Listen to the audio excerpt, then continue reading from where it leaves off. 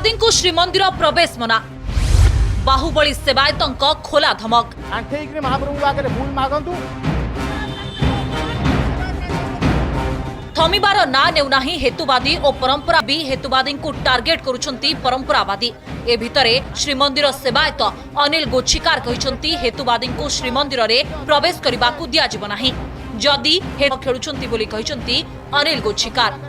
समाज रे आम मानक पई माने कलंक आम भविष्यत जेनेरेशन पई माने कलंक यांकर पदे पदे कर्थारे खाली विष बाहरुछ एई माने जो प्रकार भाषा लगेकरी जगन्नाथ को कहउचंती राम को कहउचंती जो प्रकार दिह ठाकुर को कहउचंती तू ता लगेकरी इडियट भी कहउचंती तो एई प्रकार भाषा कोन आम मानक पार्टी बाहर पारिबा।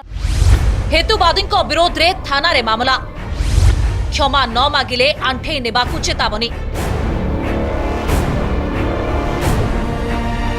पूर्वरु हेतुवादी को विरोध करी ओडिशा मंदिर सेवायत संघ और श्रीमंदिर सेवायत संघ पक्षरु श्रीमंदिर सम्मुख में दीपदान करा जायतिला।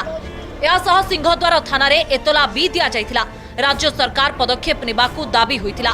तेणु हेतुवादी माने पुरी आसी सिंहद्वार सामने आंठेई जगन्नाथ को क्षमा मागतु नहेले बड़ दांडरे सेमानकू आंठे आंठे नेबे बोली चेता। जगन्नाथ ऊपर विश्वास करनी जगन्नाथ संस्कृति ऊपर विश्वास करनी से जगन्नाथ मंदिर जाइए करिवो कोन प्रथम कथा आदि सी जगन्नाथ मंदिर जीवे सी आग सिंहद्वार सामने महाप्रभु को आंठेई भूल मागिबे नले तांकु आमे बरदान रे आंठेई आंठेई नबु आमे केस खाइबा प्रस्तुत तुमको आम सनातन धर्म विरुद्ध रे जे हुस्कैची ता विरुद्ध रे तदंत हो एवं तदंत रे सेमान यदि विदेशी पैसा आनी आम धर्म को नष्ट करने को चेष्टा कर तुरंत गिरफ्त करा जाऊ ता नकले विक्षेप करा जाओ सेवायत बाध्य होबे।